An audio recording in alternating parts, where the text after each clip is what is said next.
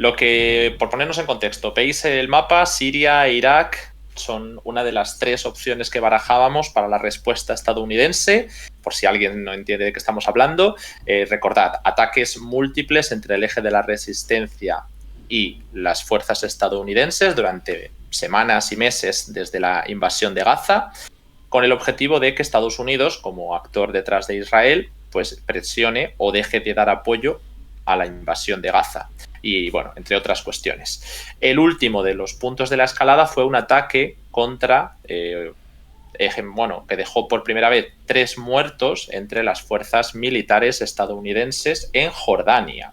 Pareció que era una escalada porque era atacar por primera vez, presencia estadounidense fuera de los países del eje, porque estamos hablando ya de Jordania, es como si se puede atacar, esto abría la puerta a que se pudiera atacar infraestructura de Estados Unidos en todo Oriente Medio. No sabemos si esto es algo que era una posibilidad real o simplemente estaba vinculado a la presencia estadounidense en Siria. Yo personalmente, y aquí creo que lo hemos hablado alguna vez, lo hemos visto muy vinculado a la presencia estadounidense en Siria porque estamos hablando de una base de apoyo al contingente de Al-Tanf. Ahora lo podremos explicar. Pero había quien pensaba que el hecho de que fuera en Jordania podía implicar una ampliación del rango de actuación hacia otros países donde Estados Unidos tiene presencia, como Kuwait, Bahrein, Qatar, Arabia Saudí, Turquía, Emiratos Árabes y Omán. Bueno, esto ahora mismo no está sobre la mesa, pero es para que veamos que Estados Unidos tiene una presencia amplísima en la región y la respuesta fue anunciada después de unos días por parte de Estados Unidos, después de un gabinete especial, que también nos comentamos en directo. Esto lo hemos seguido bastante en directo, esta crisis, la verdad. Y bueno, pues Joe Biden pidió una lista de posibilidades y además, como dije, un encargo sencillito para lo que eran las posibilidades en Oriente Medio, ¿no? Que fuera una respuesta lo suficientemente dura como para disuadir a las fuerzas del eje y a Irán de volver a atacar, pero no lo suficientemente grave como para que hubiera una respuesta. Al mismo tiempo se ha ido anunciando a través supuestamente de Suiza, pero luego no ha hecho falta a través de Suiza porque se ha hecho públicamente. De hecho, ha habido hasta bromas entre los analistas occidentales diciendo que a Estados Unidos solo les falta anunciar la hora a la que lo va a realizar para que los iraníes y el eje estén avisados y no haya una escalada. Han dicho abiertamente que quieren que Irán y el eje de la resistencia no respondan, ¿no? Que no haya una respuesta al ataque que ellos lancen. Esto daba a entender que iba a ser una escalada controlada, como lo que pasó posteriormente al caso de Soleimani, que siempre lo comparo porque nos acordaremos de que no llegó a haber una gran guerra, a pesar de que, bueno, como era Donald Trump, se pensaba que podía desatarse una guerra con Irán.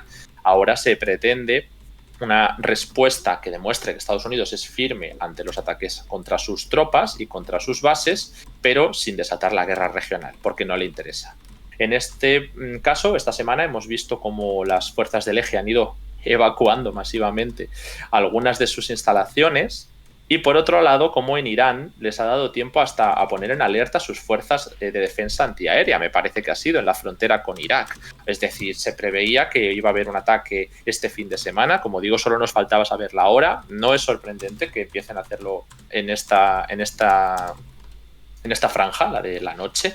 Es lo mismo que ocurrió con el caso de Yemen, por ejemplo, cuando se dieron los primeros ataques contra los hutíes. Ahora entraremos a analizar cómo estos ataques pueden o no pueden funcionar, qué consecuencias pueden traer, pero es el contexto en el que nos encontramos, ¿no? Ayer se dio ya la primera respuesta. Estados Unidos había avisado no solo de más o menos del rango de actuación, sino que han dicho que van a hacer ataques a lo largo de los días, no un ataque concentrado como el que estamos viviendo ahora, sino que puede ser algo que dure varios días o varias semanas y que esta sería la primera de las respuestas. En esta ocasión, como os dijimos, han elegido el rango más bajo de actuación, el menos grave, que es atacar de manera controlada, una escalada que llamamos escalada controlada, sobre objetivos proxy o del eje de la resistencia en Irak y Siria. Ahora pasaremos a hablar de las localizaciones, de los efectos y de todo. No os preocupéis que tenemos tiempo para hablar de ello. Otra opción un poco más grave, que de verdad fuera contundente, pero no tenía por qué escalar, o sea, más o menos lo que encajaba en los planes de Biden, habría sido atacar centros de decisión y de operación del eje de la resistencia, matando a figuras de rango alto, no algunas de rango medio y bajo como las que se supone que habrían muerto, porque estamos todavía investigando quiénes son. Y, por ejemplo, atacar en Bagdad o alguna zona mucho más importante que las que se han elegido. Y otra ya, que respondería de manera mucho más contundente, que es, por cierto, la que pedían algunos republicanos bastante encendidos en redes sociales, que era atacar Irán o atacar objetivos dentro de Irán o a la flota, a los buques iraníes o al programa nuclear o a cualquier tipo de infraestructura clave para el eje y para Irán. Yo pensaba sobre todo en temas de la Guardia Revolucionaria y las fuerzas Quds de la Guardia Revolucionaria, que son las que están más vinculadas con el eje de la resistencia. Pero por ahora eso no ha ocurrido. ¿Significa que no va a ocurrir? No, porque ahora mismo estamos en el primer estadio, en la primera respuesta que hemos anunciado que se iba a producir, y todavía queda tiempo en el que Estados Unidos ha prometido que va a hacer más cosas, no sabemos cuáles. Nosotros os las contaremos todas. Ahora tenemos unas cuantas subs en el chat, vamos a agradecerlas y damos paso a Pablo que nos explique qué ha ocurrido en el mapa concretamente, ¿no? Vale. Por ejemplo, tenemos una sub, le he hecho un ojo, de José, de Hugo, de Gatelu y de Usu, que son 4 subs nuevas que ya nos acercan de nuevo a la nueva meta que hemos abierto para este nuevo bloque, así que un placer. Muchísimas gracias a los 4. Mucha gente renovando, no sé si porque esta hora os gusta más, os viene mejor. Luego os preguntaremos en el chat, os haremos una pequeña encuesta para ver, para ir mejorando un poquito estas dinámicas.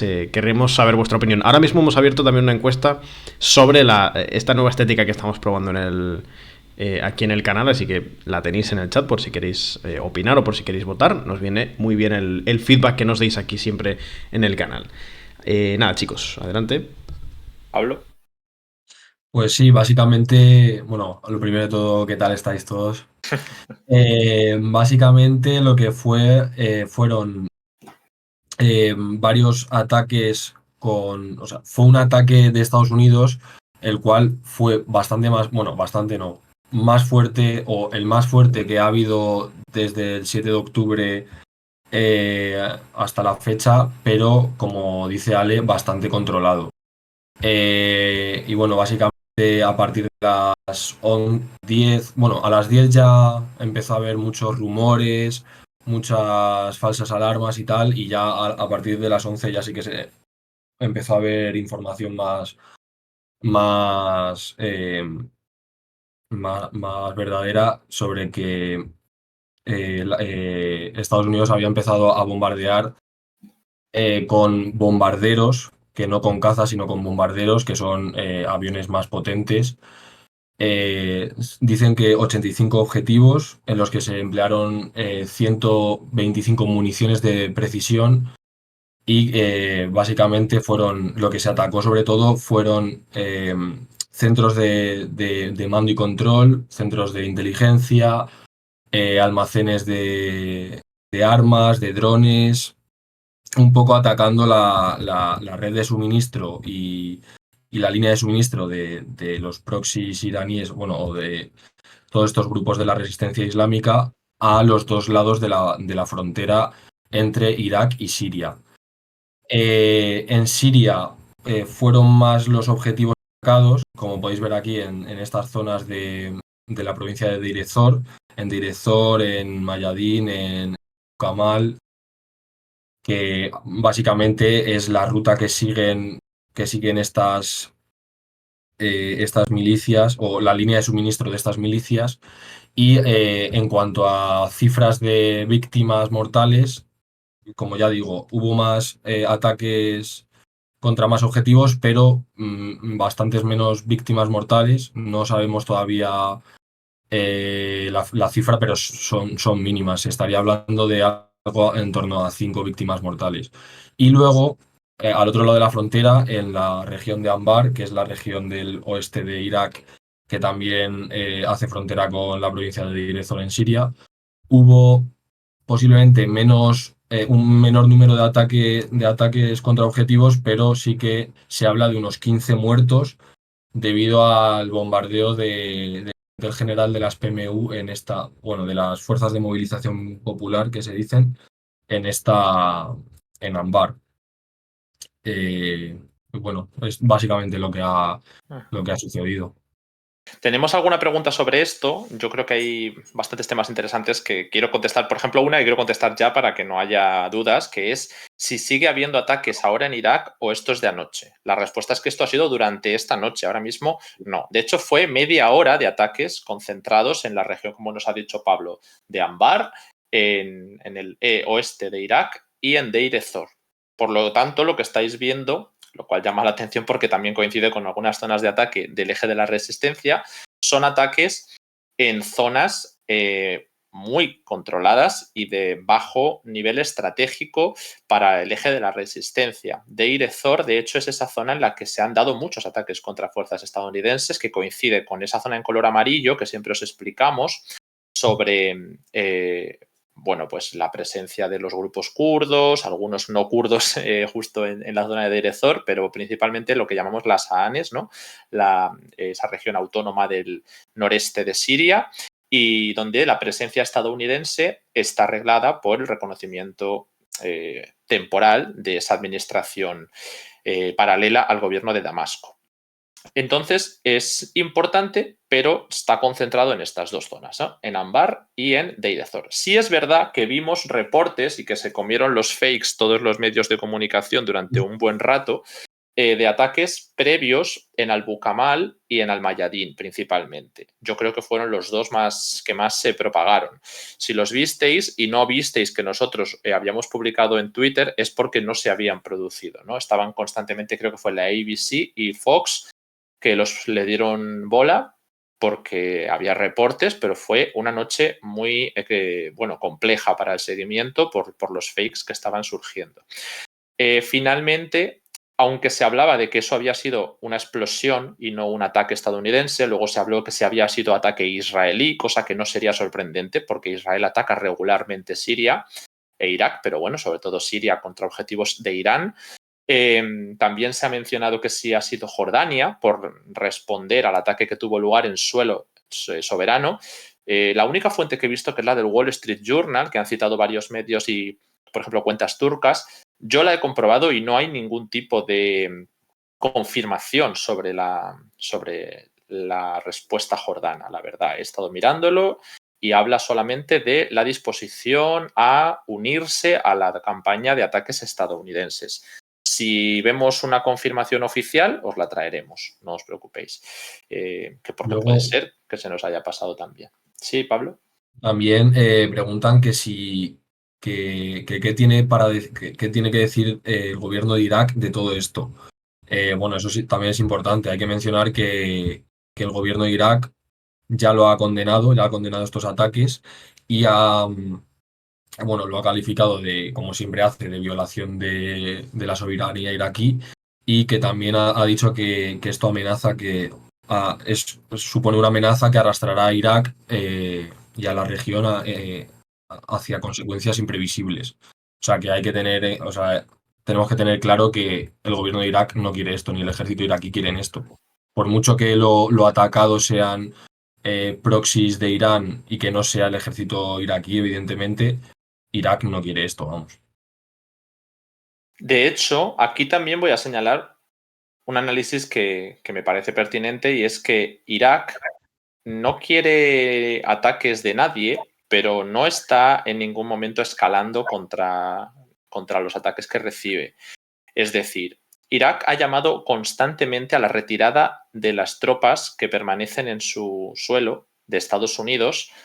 Lo han hecho todas las fuerzas, además, no solo las milicias, los grupos vinculados a Irán, el gobierno en el que se han apoyado ese grupo de coordinación que en el Parlamento forman los sectores más cercanos a Irán, el primer ministro anterior, o sea, dos gobiernos, el Parlamento, la oposición, el nacionalismo iraquí del sadrismo, todo el mundo ha pedido la salida de las tropas estadounidenses de Irak.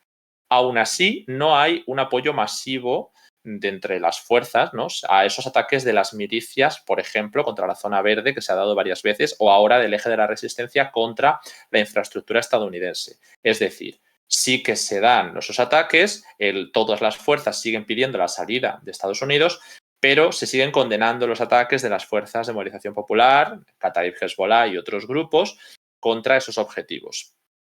Finalmente ahora vemos cómo hasta Kataib Hezbollah ha reculado, ¿no? Ha dicho que ellos no van a continuar atacando a los estadounidenses, quizá previendo esa desescalada que tenían que negociar de alguna manera, ¿no? De que Estados Unidos atacará sus objetivos, pero no será un ataque contundente y ellos van a dejar de atacar a los estadounidenses, o eso han dicho. La realidad es que, claro, luego se dan ataques por parte de otros grupos de las fuerzas de movilización popular que no están bajo control de Kataib Hezbollah y pueden hacer esa negación plausible de no, nosotros no somos, pero se pueden seguir dando los ataques porque a veces no se sabe ni quién ha sido, se habla de la resistencia islámica.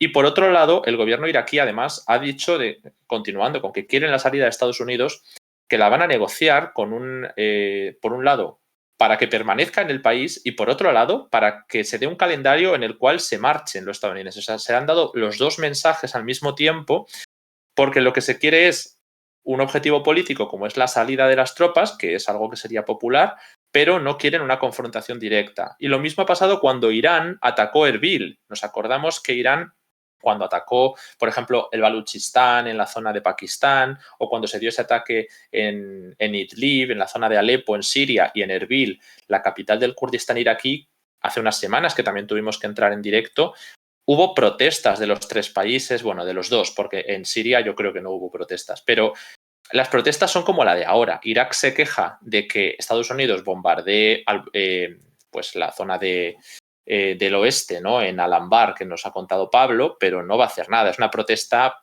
pues como diciendo, no condenamos que nos ataquen, que es nuestro territorio soberano. Pero recuerda bastante a lo que se hizo cuando Erbil. Se llama a lo mejor al embajador, se dice, bueno, es que Irán ha atacado territorio soberano iraquí, es intolerable, pero no va a haber consecuencias. El mejor ejemplo para esto es lo de Pakistán, porque no se ha seguido la situación porque no ha escalado, pero nosotros os lo contamos. El ministro de Exteriores de Irán ha ido a Pakistán, se ha reunido con el ministro de Exteriores de Pakistán y han llegado a un acuerdo en el cual está todo perfecto, han dicho que las relaciones son estupendas y después de que ambos se condenaran mutuamente, uno dio un ataque en el Baluchistán pakistaní y el otro en el Baluchistán iraní. Los dos están de acuerdo en atacar a un grupo rebelde y ya está. Entonces, este tipo de cosas son escaladas que decimos controladas porque haces un comunicado condenándola, pero no haces nada. De hecho, te viene hasta bien en algunas ocasiones. Y que luego también Irak tampoco tiene ahora mismo no sé si decirte, el poder o el control del país o la capacidad como para evitar estas cosas. Nos preguntan, mira, Pablo, sobre este tema, sobre Siria, ¿no? Por ejemplo, el papel de Assad. Si está esperando algún papel de los americanos en la relación con las SDF, esas fuerzas de defensa democráticas sirias, perdón, o cuál es el papel de Assad ahora mismo, ¿no? Que parece que esté callado. Sí, pues, a ver, Assad simbólicamente, evidentemente, como es parte de la órbita pro-iraní, evidentemente quiere mostrar su apoyo a Palestina y tal. Lo único que ahora mismo el ejército, ni el Estado sirio ni el ejército sirio tienen la capacidad para meterse en estos temas porque les quedan muy grandes y porque después de 13 años ya, no, sí, 13 años, empezó en 2011, 13 años de guerra, están ultra desgastados.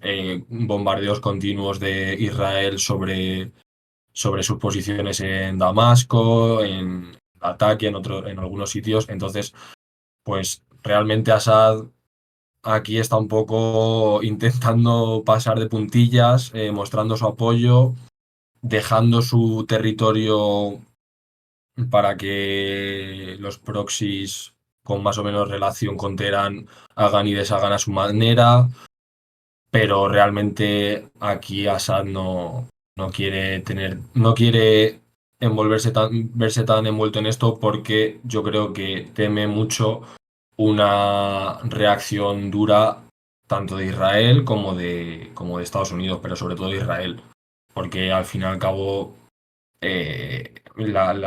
si comparamos la capacidad vídeo, pues es un David contra Goliat y eso que en plan Assad no se puede permitir un ataque continuado, tan continuado y tan masivo de Israel en este aspecto, vamos. Así es bastante importante, por lo tanto, entender el papel de los distintos conflictos locales. No solamente lo hicimos cuando el caso de Yemen, os explicamos en un monográfico toda la guerra civil de Yemen para que entendamos por qué es relevante la vinculación actual de un grupo como eran los hutíes con la crisis de Palestina. Bueno, pues lo mismo hay que hacer con Siria y con Irak, como nos ha dicho Pablo, y el papel de Assad y el papel de las fuerzas iraquíes, que es mucho más complicado todavía. Yo no sé cuál de los dos países es más complicado, la verdad. ¿Sí decías? Sí, que para poner un ejemplo de lo poco que quiere metido Assad en esto, o sea, estamos viendo diariamente ataques de Hezbollah sobre el norte de Israel, misiles balísticos lanzados por los hutíes hacia el sur de Israel, o sea, ataques muy fuertes. ¿Qué es lo que hemos visto desde Siria hacia...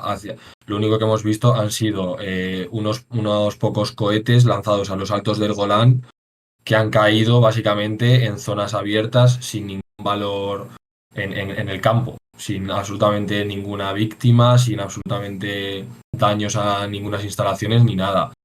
Pues con esto me refiero a que al final Assad quiere pues mostrar un poco un apoyo simbólico a Palestina, pero sin que nadie se vea obligado a tener que bombardearle hasta los cimientos, básicamente. Mira, de hecho tenemos una noticia de última hora. El Parlamento, bueno, la presidencia del Parlamento de Irak, es decir, entiendo que el portavoz, declara que van a abrir una sesión urgente para investigar los ataques de Estados Unidos. De nuevo, pues puede ser o una escalada controlada porque se les ha dicho por activa y por pasiva que se marchen del país, pero no hay un cronograma, que es lo que quieren. No sé si intentarán, por lo tanto, presionar para que se les dé tal cronograma. Al final este es el objetivo final de las fuerzas de movilización popular, entre otras cosas, la salida de Estados Unidos del país. Y claro, Estados Unidos, ahora podremos entrar si queréis a debatir su estrategia, pero está en una encrucijada enorme. Sí. O cede y acaba marchándose, o si quiere continuar su presencia va a tener que combatir contra muchos de los grupos, pero al mismo tiempo tiene una urgencia geoestratégica de marchar sus principales recursos hacia Asia-Pacífico, con lo cual necesita dejar ordenado el campo en Oriente Medio. Y si esta salida no se produce de manera ordenada y se va a producir de manera desordenada, que es lo que pasó en Afganistán, pues casi es el mismo resultado exitoso para las fuerzas locales, pero encima con el desgaste de la capacidad hegemónica de Estados Unidos en una región clave. Entonces es algo que no sabemos muy bien cómo va a enfocar Estados Unidos, pero cada vez que ha intentado reducir su presencia en Oriente Medio, ha estallado algo. Y algunos lo señalabais por el chat. Es que probablemente desde los 90 podemos irnos a antes, ¿no? Por tema de Afganistán y otras cuestiones, pero desde los 90 la presencia estadounidense en Oriente Medio se ha visto atropellada una y otra vez con los acontecimientos y cada vez que se ha intentado reducir, por ejemplo, el último de los casos fue el de Donald Trump, anunció la salida de Afganistán, la de Irak, la de Somalia y parcialmente la de Siria, se encontró con que Joe Biden revirtió parte de estas medidas, se permaneció en Irak, se permaneció en Siria, se cambió el mandato de las fuerzas en Irak, no se cumplió el acuerdo con los talibanes en Afganistán y al final, bueno, pues todos sabemos cómo acabó la cosa en Kabul y se volvió a dar permiso para bombardear en Somalia, que sé que es otra región, pero tiene mucho que ver con la dinámica del Mar Rojo. Y ahora entramos encima en ataques en Yemen, cosa que hasta ahora Estados Unidos no había protagonizado, era más cosa de Arabia Saudí. Y el tema de Israel es probablemente el más grave de todos.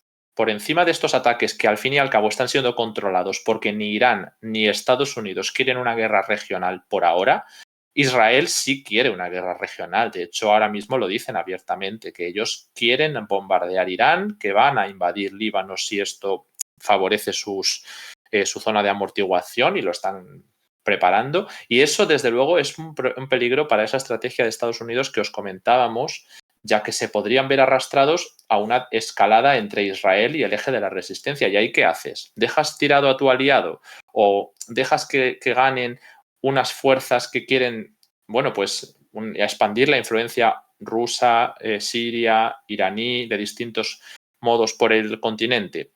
Estados Unidos está en una encrucijada enorme ahí. Y luego también es lo que dices, al fin y al cabo, si Israel cada vez va arrastrando más hacia la guerra regional, Estados Unidos tampoco puede cortarle las alas radicalmente, porque al final, como tú dices, Estados Unidos quiere enfocarse más en Asia-Pacífico y si quiere dejar las cosas ordenadas y las cosas un poco a su gusto, quien tiene que guardar ese orden en el futuro va a ser Israel. Entonces, no puedes. Al final es que está atado de pies y manos por todos los lados, vamos. Bueno, ahora tenemos una nueva sub con Prime de Ben Maneiro. Muchísimas gracias. Estamos ahí a muy poquito ya de este nuevo objetivo, del segundo de la jornada. La verdad es que hemos entrado hoy de urgencia en Twitch por la gravedad que ya os anunciamos durante estas semanas, que lo haríamos y cumpliríamos si estaba en nuestra mano acudir a contaros lo que estaba pasando, tanto si era súper grave porque se eligiera el escenario de atacar Irán, como si era menos grave porque se elige un escenario más controlado. Claro, también es importante entrar a deciros que las cosas no se han salido de los esquemas, ¿no? Para que nadie piense que puede estar esto estallando en una guerra por todo Oriente Medio, y es importante también que os expliquemos que eso no es así ahora mismo. Pero, bueno, pues tenéis espacio para dejar todas las preguntas que queráis y esto no ha terminado aún. Es decir, que lo mismo la semana que viene ha cambiado el panorama porque, como estamos señalando bastante claro, tanto Irán como Líbano van a ser dos escenarios que pueden cambiarlo todo.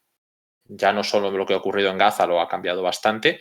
Y la escalada en Siria y en Irak era algo, bueno, pues que ya se estaban produciendo ataques contra el eje de la resistencia. Estos no son más graves porque se han utilizado esos bombarderos estratégicos, se le ha dado esa solemnidad, ¿no?, desde el gabinete estadounidense de que va a ser una respuesta contundente. Se ha dejado esa treintena aproximada de muertos, algunos cargos medios de fuerzas del eje de la resistencia. Es importante, por lo tanto, no es menor, pero no es tampoco la escalada que quiere Israel ni la que quieren los republicanos. Eso es muy diferente.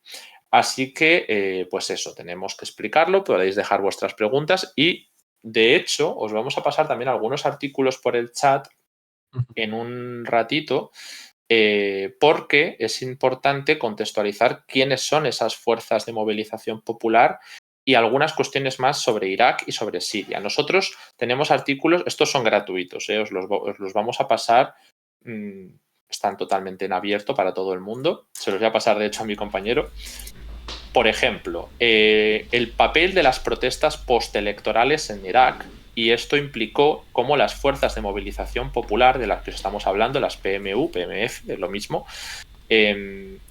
pues atacaron a Estados Unidos ya desde 2021, buscando...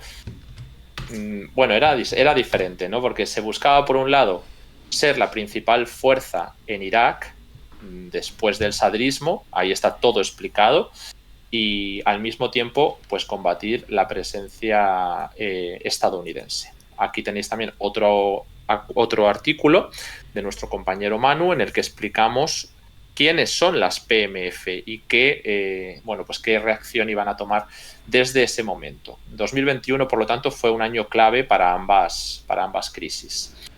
Y bueno, pues también por otro lado, una cosa muy interesante podríamos comentar, Pablo, es sobre la crisis entre Jordania y Siria, porque ya que hemos hablado de Al-Tanf, podemos contextualizar tanto por qué es importante Al-Tanf, ya que hemos explicado que Estados Unidos tiene presencia en las Sahanes acordada con las fuerzas democráticas sirias, pero qué pasa con Al-Tanf, por qué es estratégico, y luego hay otra cuestión que también ha llevado tensiones con Jordania, que sí que ha llevado a ataques cruzados, ¿no?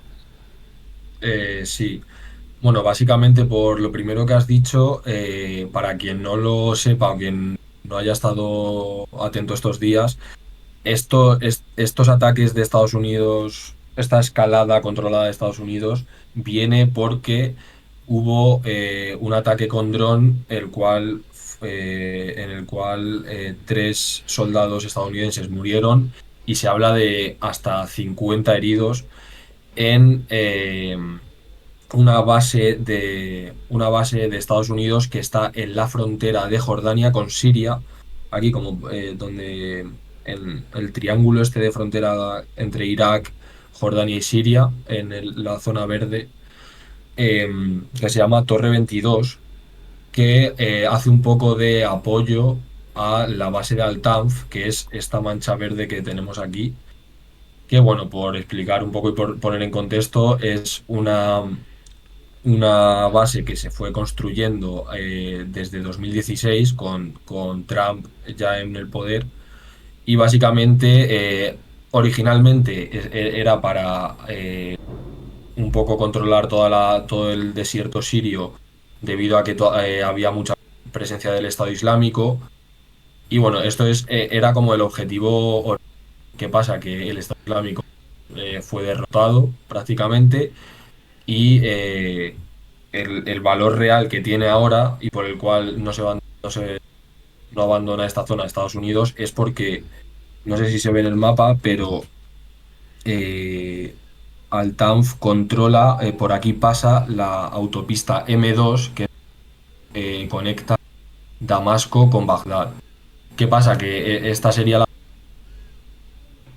la principal línea de suministro para que llegase muchísimo armamento, combatientes, bueno, una línea logística muy importante para que desde Irán o desde los proxies iraníes en Irak mandasen, bueno, hubiese tráfico entre Siria e Irak. Por eso básicamente está ahí Estados Unidos. Y luego lo otro que comentabas, Sí, que es Jordania. interesante también.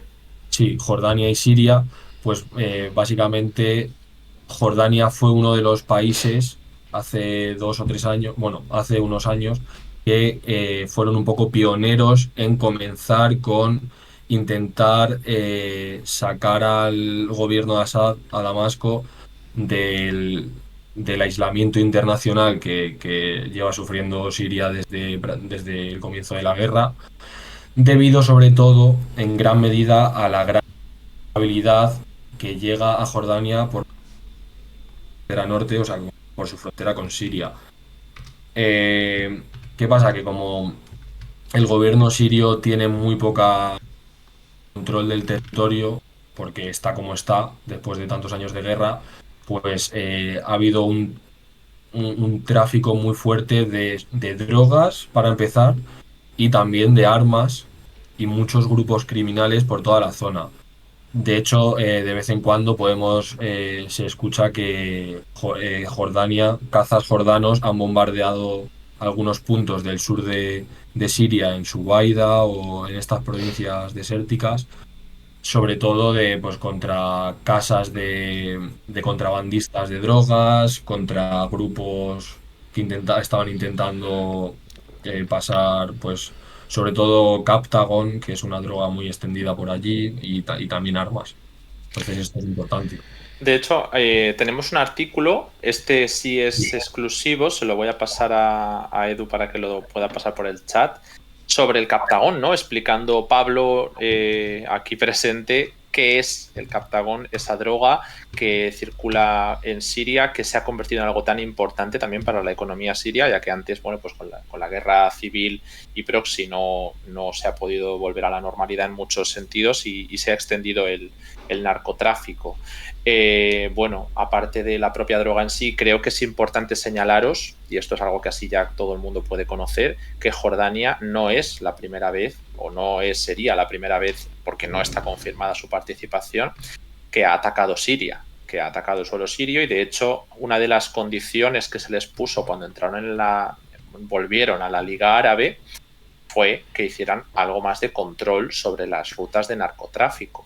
Era un poco irónica la cuestión, ¿no? Porque hablábamos abiertamente desde Arabia Saudí y otros países que habían tolerado la entrada de Siria en la Liga Árabe, que tenía que dejar de oprimir a la oposición, hacer unas elecciones limpias y todas estas cuestiones que tanto preocupan en las monarquías del Golfo.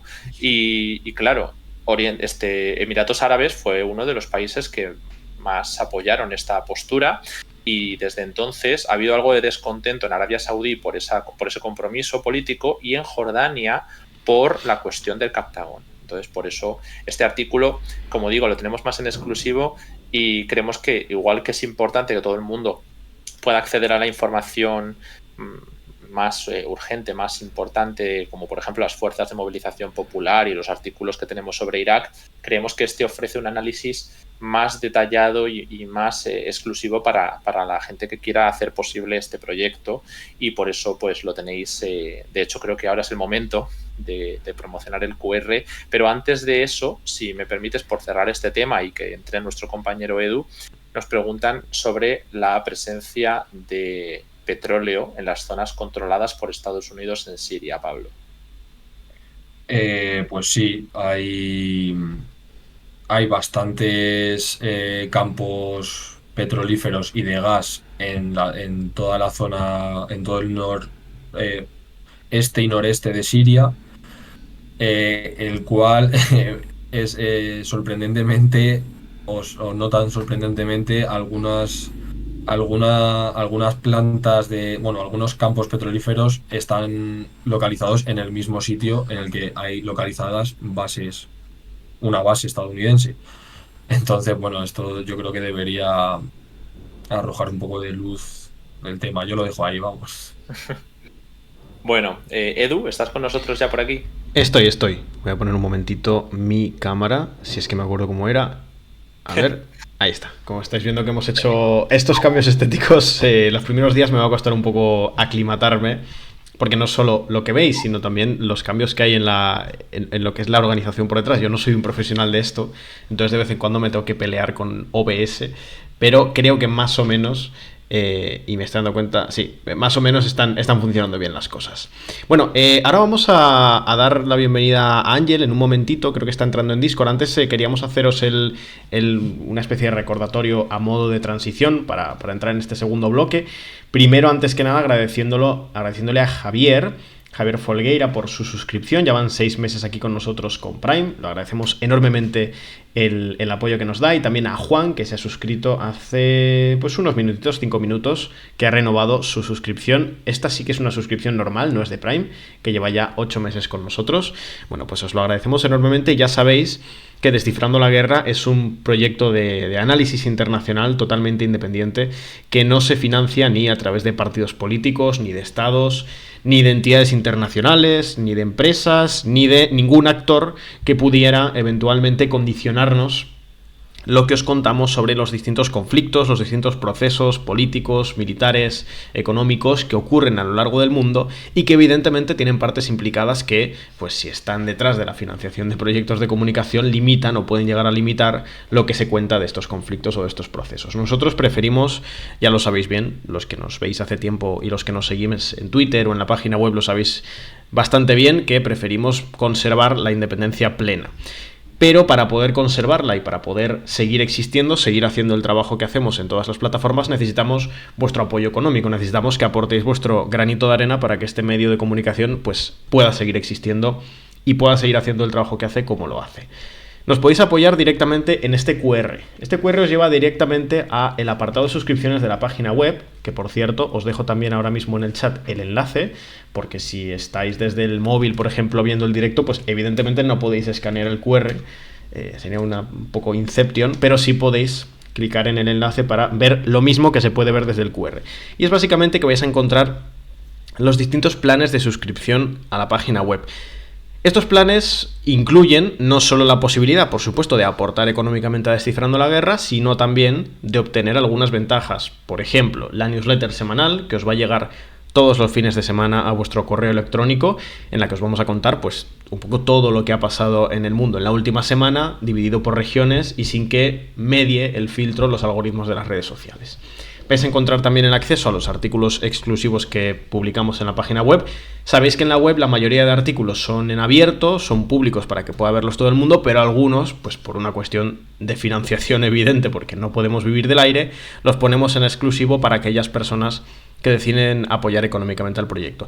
Y además, con el plan Premium vais a poder acceder a los distintos seminarios que ofrecemos, ya sabéis, contenido un poquito más de análisis, más en profundidad, más histórico para entender las bases de los conflictos y de los procesos que estudiamos y que os contamos. Y esos seminarios que los hacemos cada 2, 3, 4 meses, los vais a poder ver si tenéis ese plan Premium, y también vais a poder ver, esto nos lo preguntáis mucho y es importante aclararlo, aquellos seminarios que ya hemos hecho, que ya hemos terminado. Es decir, si vosotros os suscribís hoy al plan Premium, no solo vais a poder ver los siguientes seminarios, sino que vais a poder ver el seminario que hizo Ander sobre, si no me equivoco, la nueva ruta de la seda. Vais a poder ver el seminario de Ale, en el que nos explicaba muchas cuestiones relevantes referidas al espacio postsoviético. Y vais a poder ver también el seminario que terminó hace unos días de Andrea, explicándonos las cuestiones más fundamentales del Sahel, de esa región a la que tanto seguimiento le hemos dado. Y si no, pues también podéis darnos apoyo directamente aquí en Twitch, que veis que tenemos ese objetivo de este bloque ahora en Twitch de 720 subs, que ya solo nos quedan 2 para cerrarlo, para cumplir este objetivo que teníamos para este bloque, y nos podéis ayudar muy rápidamente, tanto con las suscripciones normales, que es simplemente darle a suscribirse y aportar económicamente, podéis regalar subs a otras personas, podéis donar bits, que esto lo decimos poco, pero también se puede hacer, es bastante rápido, y además podéis dejar un comentario, alguna pregunta y demás. Y si no, la opción más interesante para mucha gente, que es las suscripciones con Prime. Si estás suscrito a Amazon Prime, si pagas todos los meses suscripción a esa plataforma, puedes darle una suscripción a cualquier canal de Twitch totalmente gratuita. No te cuesta absolutamente nada porque la tienes incluida en Amazon Prime, pero a nosotros económicamente nos ayuda bastante.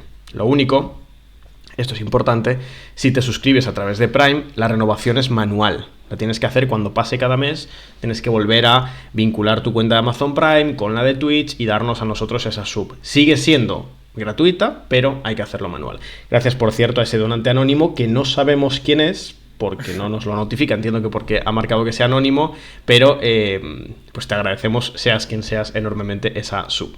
Nos queda ya solo una para el objetivo, así que vamos a seguir con el directo de hoy. Ahora sí, saludo a Ángel, entiendo que estás por aquí, Ángel. Sí, hola, buenas. Se incorpora para seguir analizando la actualidad en Oriente Medio, y yo vuelvo a poner aquí el mapa, que entiendo que es bastante ilustrativo y está siendo bastante útil. Sí, hemos estado hablando, Ángel, sobre estos ataques en Irak y en Siria, así como contextualizando la crisis interna, bueno, pues del propio Irak y de Siria, así como entre Estados Unidos y el eje de la resistencia de manera un poco más amplia. De hecho, ya que hemos estado hablando ahora de los seminarios, pues quiero decir que ya estamos más o menos planteando los próximos seminarios, así que esperad noticias en las próximas semanas. Y como siempre os animamos a que nos dejéis propuestas. Todos los temas que os interesen para seminarios nosotros los tomamos en consideración para el futuro, pero ya estamos planteándonos el siguiente y a lo mejor nos encontramos alguna cuestión de actualidad. Bueno, tenemos este mapa en el que se señalan los ataques en Akshat, Al-Qaim, Al-Bukamal, Al-Mayadin y Deir ez-Zor. Y bueno, pues hemos terminado ahora mismo de hacer el análisis de cómo es la estrategia estadounidense en Oriente Medio y un poco cómo está en una encrucijada. Si quieres añadir alguna cuestión o hacer una valoración sobre estos ataques, las implicaciones que pueden tener y bueno, qué podemos esperar ya que van a continuar, así pues te unes a esta dinámica y luego nos vamos con otros puntos de seguimiento que hayamos tocado recientemente. A ver, yo creo que el principal peligro que hay con respecto a estos ataques, ¿no? No es tanto la posible escalada entre Estados Unidos e Irán, porque al final, bueno, como hemos estado comentando entre nosotros, eh, ha sido algo como muy preparado, muy a conciencia, con muchos avisos, eh, por así decirlo, muy teatralizado, ¿no? Es decir, eh, se ha dado toda una semana para que prácticamente estas milicias puedan mover sus recursos, los almacenes, el despliegue de tropas que tienen, etcétera. Y el propio gobierno de Irak, aunque ahora digan que no, está claro que ha sido avisado. Entonces, por lo tanto, realmente no hay tanto un peligro de escalada entre Estados Unidos e Irak, como yo creo que el principal peligro y problema que puede haber es que básicamente Estados Unidos cada vez está más envuelto. Es decir, que Estados Unidos cada vez está más involucrado en las dinámicas del conflicto. Hay también un ambiente dentro de la política estadounidense que obliga a Estados Unidos, por la situación electoral, a ser más duro, ¿no? Y a entrar más directamente en la guerra y apoyar a Israel. Y eso es un momento que puede estar aprovechando Israel y puede aprovechar para arrastrar a Estados Unidos hacia el conflicto y que les apoye de manera más decidida o que no puedan criticar de manera más clara a Israel en una situación de invasión de Líbano, por ejemplo. Entonces yo creo que el principal peligro es que básicamente esto se genera unas ciertas condiciones en las cuales Israel tiene más manga ancha para actuar. Porque básicamente, si Estados Unidos realiza estos ataques, ¿por qué no los voy a poder realizar yo también? Es decir, de cierta manera se justifica y se legitima a lo que ya ha estado haciendo Israel antes. Y por lo tanto yo creo que en este sentido se genera una dinámica en la que Estados Unidos se va involucrando cada vez más y se les puede arrastrar y entonces Israel puede hacer de manera más abierta ese ataque contra Israel, contra Líbano, por ejemplo. Nos señalan, por ahora, ya que tenemos este análisis que más o menos va en la línea de lo que habíamos hablado, y ahora ya sí podremos ir a esas zonas clave, como Líbano, que se escucha un poquito bajo a Ángel, no sé si podemos arreglar esto desde el control. Y también quiero señalar que acabamos de llegar a la nueva meta del bloque, así que muchas gracias a Dean, que nos ha dejado una nueva suscripción con Prime, y vamos a actualizar el bloque en cuanto podamos, ¿vale? Mientras, lo que quería decir, ¿no? Con respecto a lo que nos ha traído Ángel, es que Pablo y yo hemos estado hablando de esa estrategia estadounidense, de cómo está cada vez más implicado o más extendido por la región, mientras intenta virar hacia Asia-Pacífico y según la administración que haya, pues se quiere poner el foco. Ahora se están poniendo recursos en África, algunas administraciones quieren mantener más recursos en América Latina, otras en Europa. Es decir, se quiere llegar a tantos escenarios que, bueno, corre el riesgo de que sea insostenible si se quiere uno centrar en una crisis en Asia-Pacífico. Con lo cual, hay varios puntos del plan de dejar ordenado Oriente Medio, como pueda ser el retirar ordenadamente las tropas de Siria o de Irak, que es una cosa que se planteó con Donald Trump y que finalmente pues, no se ha realizado con Joe Biden, que puede llevar a que Estados Unidos realice escaladas controladas, porque lo que no quiere es pues, salir, como pasó en Afganistán, de manera atropellada. Quiere un acuerdo, quiere que los países árabes se normalicen con Israel. Idealmente ha ido dando pasos hacia ese objetivo. Uno de los hitos probablemente fuera el de Emiratos Árabes y otro de los hitos el de Marruecos, igual que también lo fue Jordania, lo fue Egipto, aunque se queden de perfil bajo. Pero eso les conviene. El siguiente hito que se buscaba era Arabia Saudí, claramente. Pero mientras estos países no entren en una hostilidad abierta con Israel o con Estados Unidos, por ejemplo Irak, ¿no? Por mucho que haya habido comisiones de investigación, protestas, llamados a la salida de Estados Unidos del país, etcétera, el país no es hostil abiertamente a Estados Unidos, al menos ahora mismo. Entonces lo que nos encontramos es que el único catalizador grave de desorden en la región sería ahora mismo Líbano o un posible ataque sobre Irán. Digo lo de Irán porque es un poco los dos escenarios grandes que hemos contemplado nosotros, aunque es verdad que en otras ocasiones hemos hablado de otras vías para declarar guerras regionales, como una posible campaña cruzada en el Kurdistán, una nueva intervención turca en Siria o una guerra entre Armenia y Azerbaiyán. Pero ahora mismo los puntos clave, ya que Gaza no ha motivado una reacción furibunda más que del eje, son Líbano y un ataque sobre Irán. Lo digo porque desde Estados Unidos, aunque han dicho que este no es el último ataque, que es el primero, contemplaban ataques en los buques o las infraestructuras energéticas o de algún tipo militar de Irán. Y eso sería una escalada muy grande. Probablemente se ha descartado por el momento por eso, porque ninguno quiere una guerra regional, ni Estados Unidos ni Irán. Sí están dispuestos a combatirla algunos elementos del eje de la resistencia y yo creo que hasta Irán, pero no a provocarla. Por eso Hezbollah todavía no ha lanzado esos ataques masivos sobre Israel. Pero Israel sí ha demostrado que tiene interés en desatar una guerra regional, tanto sobre Líbano como sobre Irán. Y sobre todo si cuenta con Estados Unidos respaldándole. Entonces aquí ya entran las cuestiones, ¿no?, más importantes. Y es hasta qué punto Estados Unidos daría apoyo a Israel en una campaña sobre Líbano, o si esto de verdad tiene el peligro de desatar una guerra regional. No sé quién de los dos quiere comenzar. El que quiera puede hablar sobre esto o sobre otras cuestiones. A mí me gustaría hacer saliéndome un poco de lo que estás hablando, es que he visto un comentario de antes que no me deja. Decía Joaquín, cuando estábamos hablando,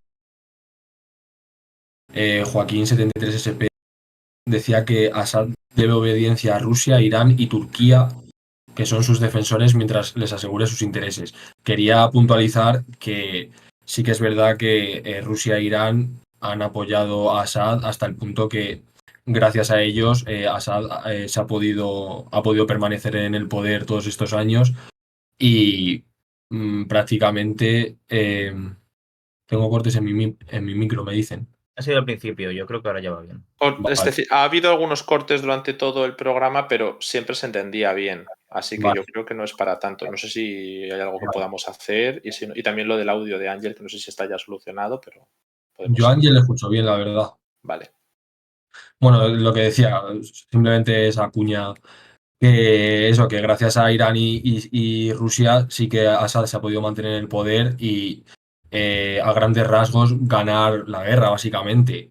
Pero quiero puntualizar que Turquía no. Turquía no ha apoyado a Assad en ningún momento, sino todo lo contrario. Una de las mayores amenazas para Assad ha sido Turquía Turquía como Estado y el ejército turco, y por otro lado todos los proxies turcos como pues el Ejército Nacional Sirio, bueno, proxies de rebeldes sirios en toda la zona del norte de Alepo, de Idlib, etcétera. Es solo quería puntualizar eso porque me parece importante. Yo creo que se referirán más a que es el formato de Astana, Y que el es lo que formato hasta conforman no. los tres.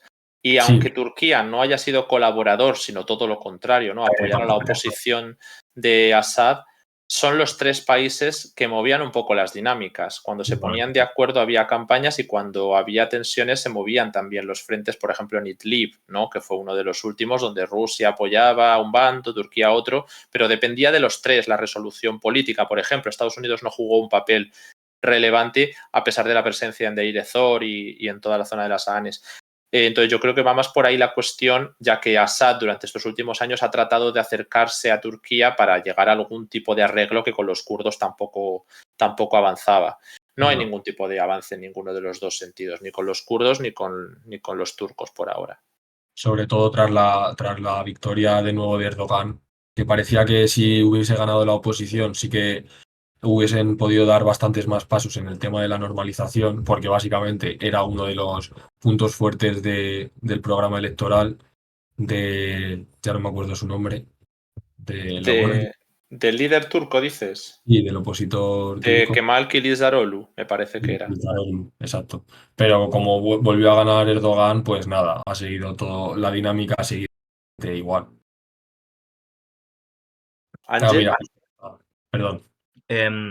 Preguntaban también por el chat sobre si una victoria de los republicanos sería de esperar que se redoblara el apoyo a Israel. A ver, por un lado, lo que diría es que el apoyo a Israel ahora mismo, mm, y el propio Joe Biden es una persona que tiene una conexión histórica muy importante con Israel y el apoyo ya es muy grande. El tema es que en noviembre, cuando se dé esa posible victoria republicana, lo que habrá es digamos, una mayor armonía dentro de las instituciones estadounidenses. Es decir, si los republicanos consiguen la presidencia, más, digamos, mantienen la mayoría en el Congreso y en el Senado, con que ganen la presidencia, si el Senado se mantiene igual, ya tiene la mayoría, porque pasaría la vicepresidencia a estar en manos de los republicanos, que ahora mismo es lo determinante, ¿no? Porque el vicepresidente del país es el presidente del Senado.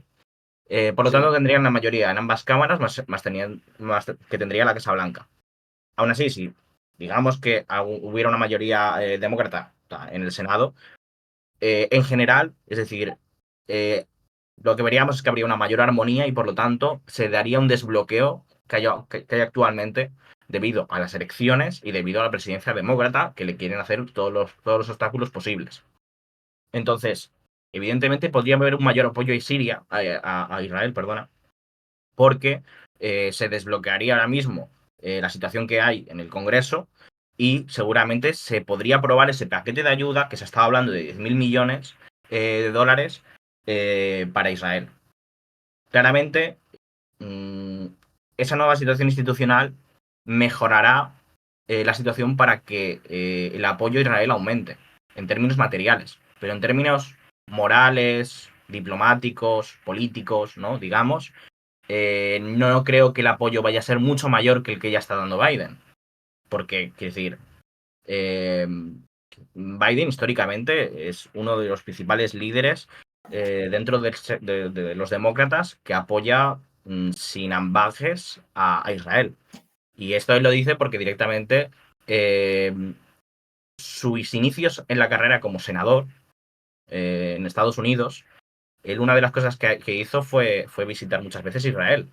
Y él siempre traía a colación la historia de cuando se vio con Golda Meir en el contexto de la guerra, después de la guerra del 73 o antes, no recuerdo ahora mismo. Y como le dijo esta famosa frase que se repite mucho, de es que los israelíes tenemos un arma secreta y es que no tenemos a dónde irnos. Bueno, bastante cuestionable, porque es decir, Israel recibe mucha migración, por lo tanto, vienen de algún lado. La cuestión, ¿no? Biden ya da un apoyo enorme a Israel. Ese apoyo no creo que vaya a cambiar cualitativamente. Lo que sí va a cambiar es cuantitativamente y materialmente por la situación institucional dentro de Estados Unidos. Aquí quizá habría que ver cómo es cierto que los republicanos suelen dar un apoyo más firme a Israel que los demócratas, pero el hecho de que Biden haya profundizado casi más, yo diría, bueno, ya lo hemos hablado alguna vez, ¿no? Las políticas que realizó Donald Trump, quizá, igual que pasa con algunas cosas en la migración en Estados Unidos, por ejemplo, este tipo de áreas donde se ha profundizado tanto, se ha desplazado aún más hacia el campo republicano, el marco conceptual, entonces quizá los republicanos se vean que para poder mostrar una firmeza mayor tienen que dar un apoyo todavía mayor.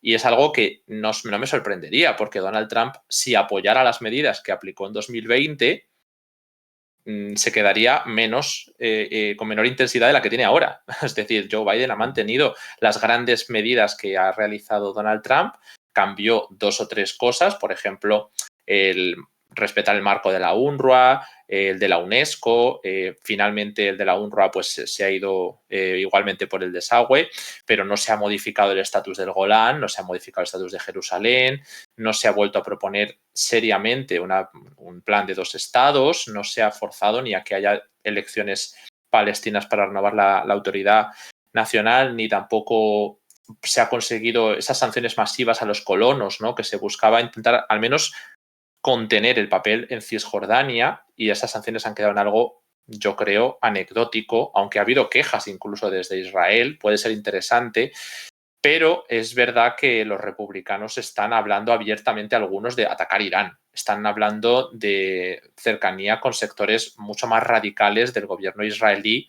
y por lo tanto quizá pienso que se pueda profundizar todavía más hacia el sector republicano por buscar eso, ¿no? Ser el más duro en la política en cuestión. Es algo que también hemos visto, por ejemplo, en Taiwán, ¿no? O en la frontera con México. Cuando los demócratas han comprado un discurso un poco más cercano al republicanismo, ellos han profundizado todavía más. No sé exactamente de qué manera evolucionará. Sí que te puedo confirmar lo que has comentado de las cámaras, que hemos dicho que la Cámara de Representantes está bajo control de los republicanos y que si consiguen la presidencia se supone que se harían con ese escaño del Senado. Digo se supone porque también hay elecciones parciales al Senado este año. Tenemos la renovación de 1/3 de la Cámara en noviembre, al mismo tiempo que estaremos aquí hablando sobre las elecciones presidenciales, pero es verdad que ahora mismo la situación está en un balance de un escaño arriba para los demócratas con respecto a la mayoría. Entonces, con el de la vicepresidencia se haría 50-50. Ni siquiera habría una... Vale. Pero creo que aún así, con un 50-50 El es voto voto de de desempate, ¿no? calidad. Sí. ¿Perdón? Sí, eso, el voto de calidad. Hay voto de calidad del que sea vicepresidente en aquel momento, que no lo sabremos. Entonces, sí que se podría hablar en términos estrictos de un control republicano del Senado, pero bueno, faltaría ver esa renovación del tercio correspondiente. Eso es un poco lo que podemos ampliar sobre esto. No sé si queréis alguno de los dos continuar con esta cuestión o podemos saltar a otra. Yo lo único que señalaría sobre la posible política de Trump si gana la presidencia es que ya ha estado dando algunos indicios, creo que es importante, de que él, aunque seguramente va a profundizar en esa política que ya tuvo el último mandato, yo creo que va a ser claramente muy pro-Israel, creo que intentará dar un cierto giro y un mayor control, porque ya ha empezado a hacer algunas críticas en su campaña, por ejemplo, a Netanyahu. Y ya que si él estuviera, ¿no? Si él hubiera estado en la presidencia, esto no habría pasado. Sí, Al final, buena parte de lo que ha ocurrido, se puede decir que una parte, ¿no?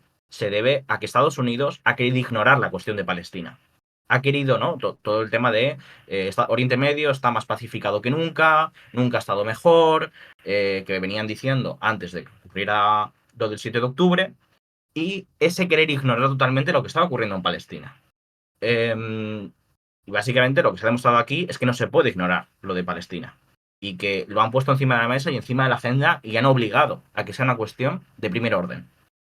Em, yo creo que en ese sentido, Trump, evidentemente, creo que hay una contradicción ahí objetiva entre los intereses de Estados Unidos y los objetivos de Israel. ¿Vale? Y por lo tanto, yo creo que, aunque sea un presidente republicano y vaya a ser realmente pro-israelí, esa contradicción objetiva va a seguir estando ahí, por lo tanto, se va a poner encima de la mesa la cuestión de que Estados Unidos va a tener que poner algún freno simplemente por sus propios intereses. Y ya está.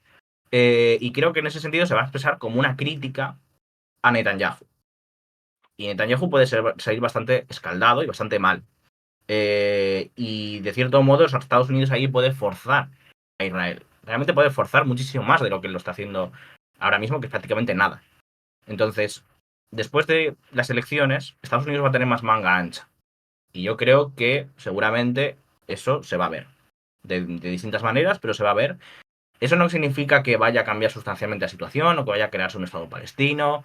No, simplemente a lo que me refiero es que Estados Unidos le pondrá ciertos frenos por sus propios intereses. Es la impresión. nos preguntan si tenemos algún artículo sobre por qué pesa tanto Israel en la política de Estados Unidos. Creo que aquí quizá, Ángel, nos puedes recomendar los artículos que has hecho sobre la presencia estadounidense en Oriente Medio.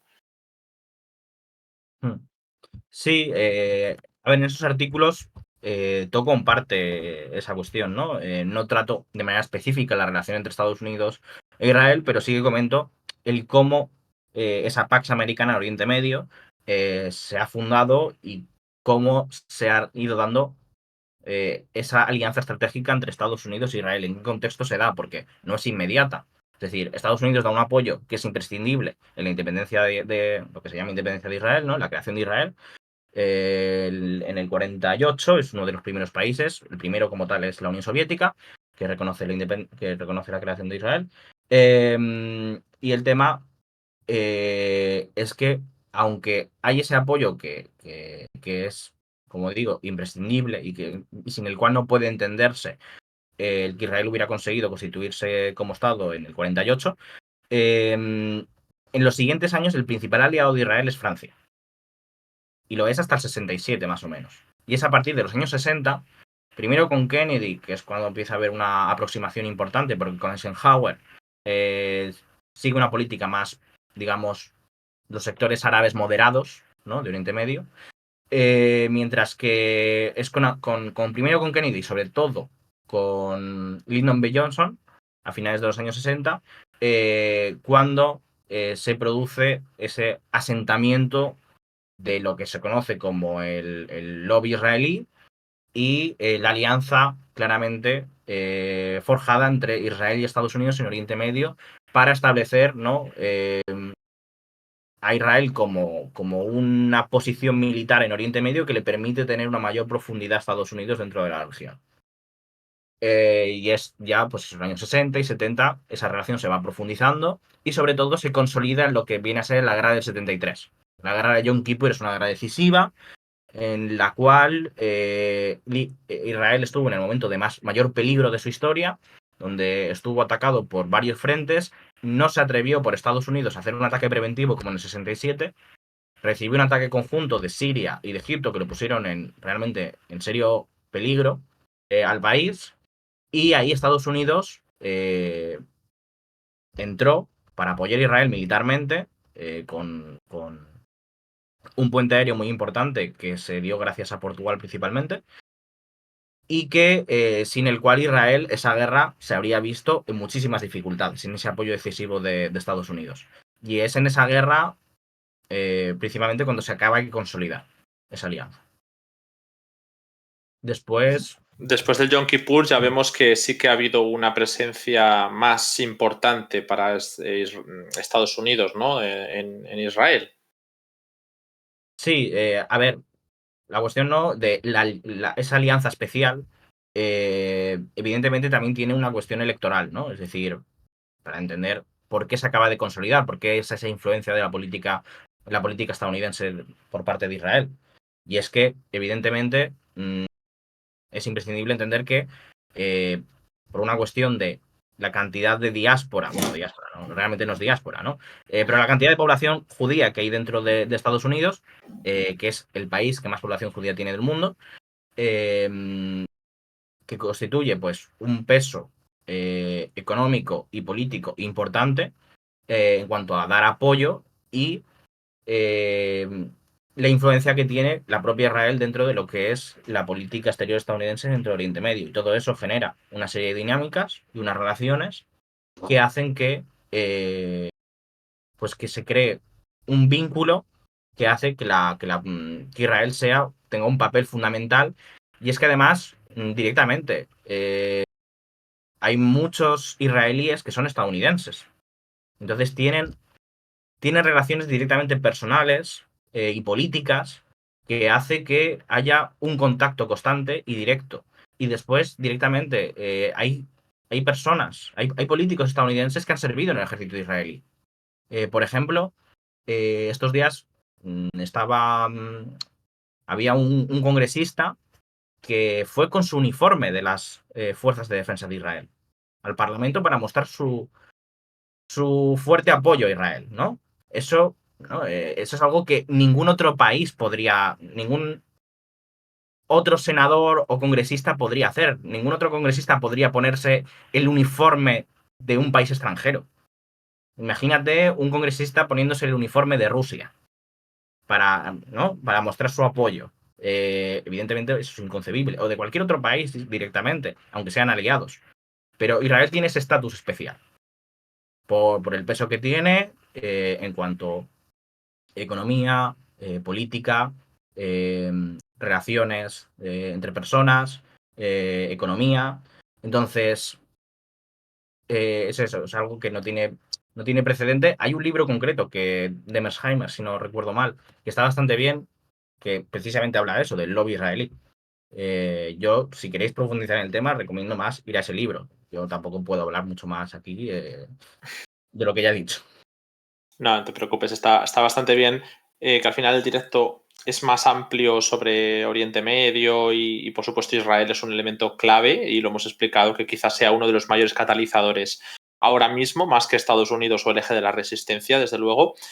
Y esto nos va a traer novedades en las próximas semanas, seguramente. Ahí podemos ir hablando quizá de la cuestión libanesa, si queréis, ya que hemos tocado otros puntos de la crisis de Oriente Medio hoy, pero bueno, antes quería aprovechar para darle las gracias a Prarax, que nos ha dejado una nueva sub con Prime por 2 meses y que nos acerca a ese tercer objetivo del día. Bueno, una locura de apoyo el que estamos recibiendo hoy.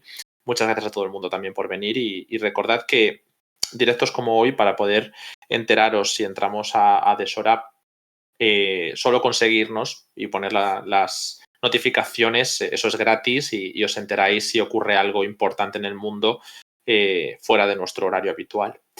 Bueno, una de las cuestiones que más mueven ahora mismo en el chat, además de la presencia estadounidense en estos países, sobre todo en Israel y la importancia para Israel de Estados Unidos, era el tema de la posibilidad, si aún existe, de una solución de 2 estados.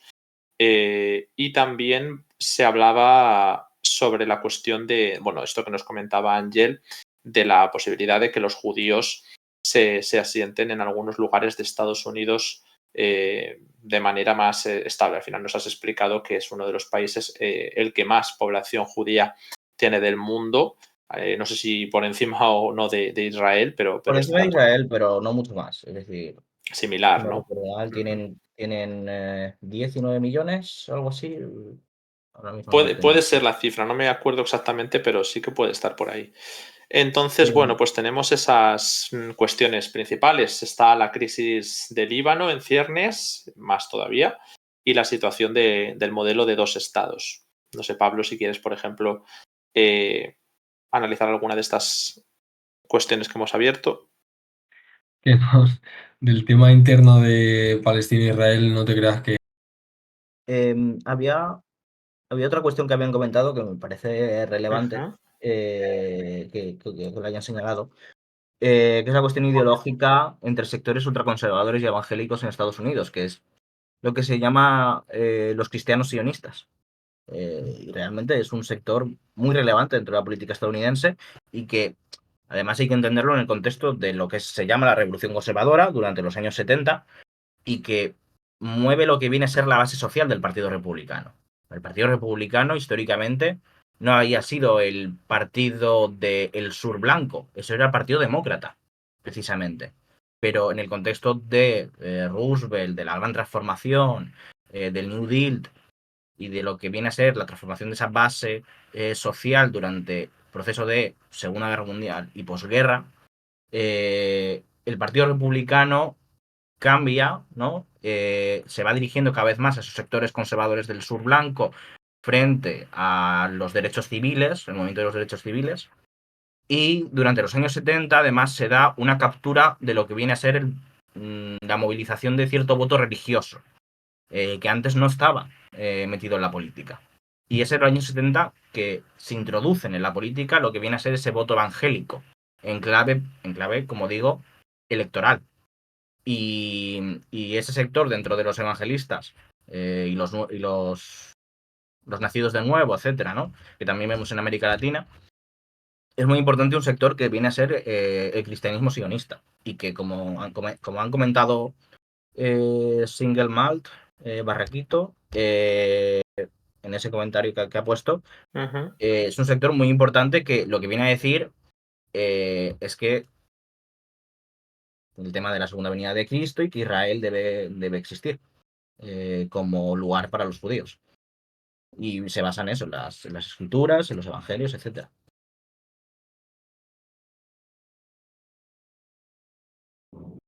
Por eso digo que también ese aspecto ideológico que tiene y ¿no? un peso bastante importante dentro del Partido Republicano. a mí con este tema también muchas veces me surge la pregunta de todos estos cristianos sionistas, ¿qué piensan de los cristianos palestinos? Pues yo hasta donde sé lo que hacen es ignorarlos. A pesar Ignorarlos, de, ¿no? ¿no? A pesar de que son la comunidad cristiana más antigua que hay ahí, precisamente. Pero sí, normalmente no están en el debate directamente. No se suele concebir que existan palestinos cristianos. Al final como que deja un poco entrever que, bueno, que sí que igual tiene todo connotaciones ideológicas, religiosas, y estás ignorando un- una importante parte de la población de esa zona, que al final es cristiana también, eh, deja entrever que ideología y que llegan. Ahora sí que se nos está cortando un poquito más la conexión, me parece. No sé si es solo a mí o no, pero si me podéis confirmar por el chat. Sí, a mí también se está cortando. Ujú. Y bueno, pues como estábamos con esta cuestión, pues no sé si quieres hacer algún comentario más para cerrar este tema, Ángel. Y ahora podemos intentar hacer un resumen después, porque nos han pedido si podemos resumir lo que es lo que hemos hablado hoy para la gente que ha entrado más tarde. Bueno, Es- habéis estado hablando, ¿no? De lo que viene siendo los ataques en Irak y Siria por parte de Estados Unidos, que ha sido la respuesta a la muerte de los 3 soldados jordanos, jordanos en Jordania, 3 soldados estadounidenses en Jordania, la semana pasada, ¿no? Ujú. Sí, Em, y bueno, lo que veníamos, ¿no? a explicar y lo que creo que también habéis estado comentando vosotros es que esa escalada, que realmente es un acontecimiento importante y que supone una mayor involucración de Estados Unidos en la zona, igualmente ha sido hasta cierto punto hecho con cierto cuidado, ¿no? Es decir, ha sido con cierta aprobación tácita y con cierto control por ambas partes de hasta qué punto se llegaba y de no sobrepasar ciertos límites, ¿no?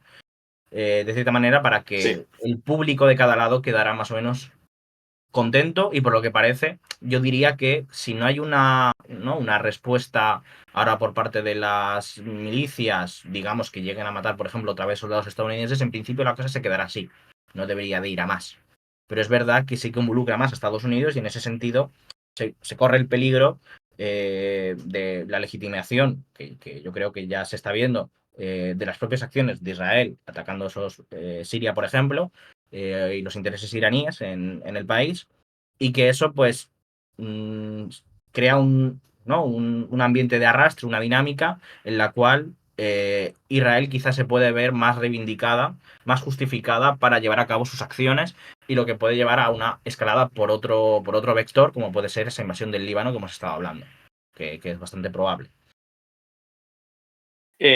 Pablo, no sé si tenemos ya la conexión contigo. ¿Podemos probar? ¿Se me entiende bien? Yo te entiendo bien. Sí, vale. He bajado un poco el volumen de entrada, no sé si lo arreglará. No sé si tendrá algo que ver, pero bueno, estábamos con Intentamos. el resumen de Sí, sí, la sí, sí. cuestión que nos ha contado Estaba, Ángel. estaba Eh, escuchando, sí. Vale. Y bueno, pues además de la cuestión de Siria y de Irak, que es la última que os hemos traído, hemos hablado de la escalada controlada por el momento, porque una de las señas de este ataque de Estados Unidos ha sido dar avisos todo el rato desde que se dio ese gabinete de que iban a dar una respuesta, pero que irán advirtiendo que no responda, que ellos no actúen para vengar esos ataques que se estén dando contra los objetivos del eje, no dando a entender, bueno, mira, podéis evacuar estas zonas, pero los daños que se sufran no empecemos a responderlos porque sí que puede desatarse una guerra regional y no la queremos, ¿no?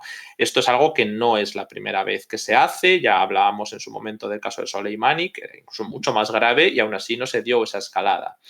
Bueno, pues con este ataque hemos escuchado una frase bastantes veces que ha sido que Estados Unidos se reservará el derecho o la capacidad de atacar y responder en el tiempo, no solo una vez, sino durante los próximos días o semanas, en una respuesta escalonada contra miembros del eje de la resistencia o contra Irán.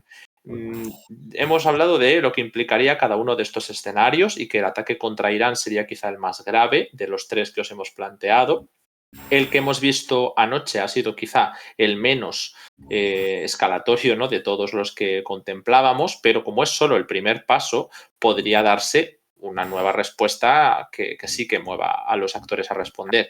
Para empezar, hay varios ya del eje de la resistencia que han dicho que van a continuar, destacando los hutíes, pero destacando algunos grupos de la resistencia islámica de Irak, no así Kataib Hezbollah. Entonces es interesante ver si Estados Unidos pretende pues darse una respuesta, como decíais antes, que contente a los dos públicos, porque han conseguido éxitos y respuestas contundentes contra sus enemigos, pero dilatar esto en el tiempo hasta que haya algún tipo de cronograma abierto con el gobierno iraquí. El gobierno iraquí se ha quejado, ha hablado de retirada de Estados Unidos, ha hablado de violación de soberanía, de abrir una investigación, pero no es un lenguaje muy diferente al que hemos escuchado en el pasado, ni tampoco en algunos casos con respecto al ataque que se dio por Irán en Erbil.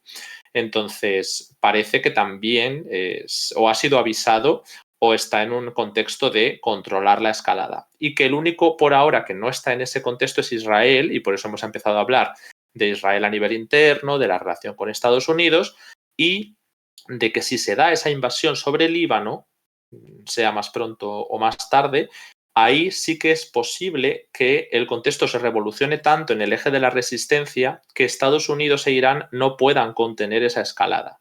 Quizá ahora mismo es el mayor riesgo que hay para esa guerra regional. No sé cómo lo veis vosotros.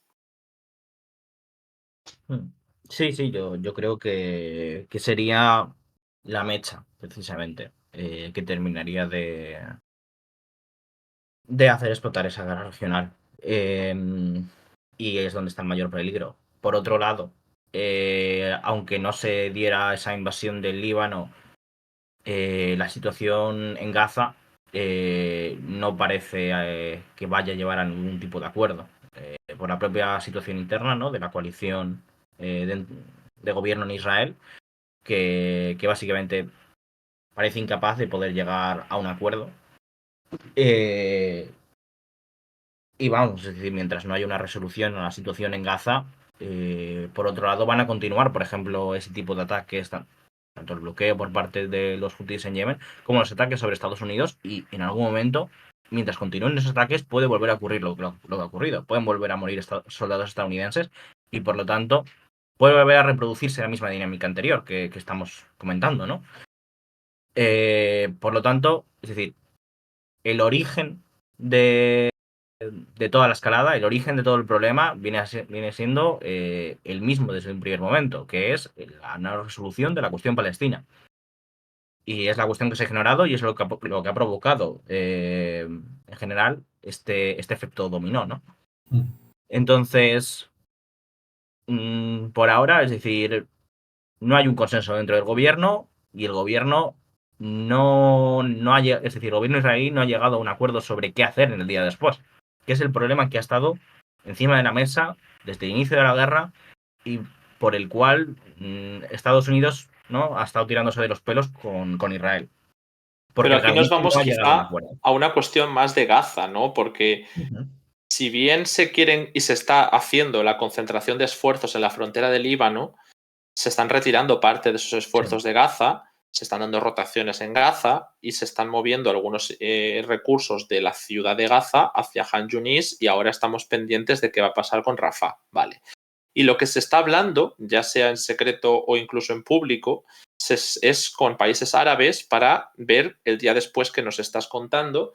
Yo me planteo aquí, ¿no le conviene más a Israel primero garantizarse ese alto el fuego, ese acuerdo de los rehenes, aunque no se vaya a cumplir en los estadios finales como es el establecimiento de un Estado palestino ni tantas y tantas cosas que para la aritmética israelí no son aceptables, pero que le permitan desplazar aún más recursos hacia Líbano, porque es una batalla muy dura, muy complicada, y mientras terminar de apañar los acuerdos regionales para la futura franja de Gaza. No sé si esto hay algún indicio de ello o si directamente se pretende combatir en dos frentes.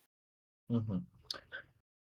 El tema es que, por un lado, aunque se llegue a ese acuerdo en Gaza, yo creo que en tanto la situación en Líbano, es decir, si se hace con ese cálculo, ¿no?, con el cálculo de mantener un solo frente, yo creo que no es realista, por decirlo de cierto modo. Es decir, que si estalla la guerra en Líbano, Gaza no se va a quedar tranquilo. De la misma forma que, mm, según estalló Gaza, la frontera con Líbano no podía quedarse tranquila. Es decir, que por mucho esfuerzo que ha habido de Estados Unidos, por mucho esfuerzo que ha habido de intentar, mediante la diplomacia, arreglar la cuestión de la frontera con el Líbano y el hecho de que hay 80.000 libaneses que han tenido que huir del sur del Líbano y ha habido otros tantos israelíes que han tenido que huir del norte de Israel y han tenido que ser evacuados, y son zonas que están ahora mismo deshabitadas y que solo hay una presencia militar y una serie de combates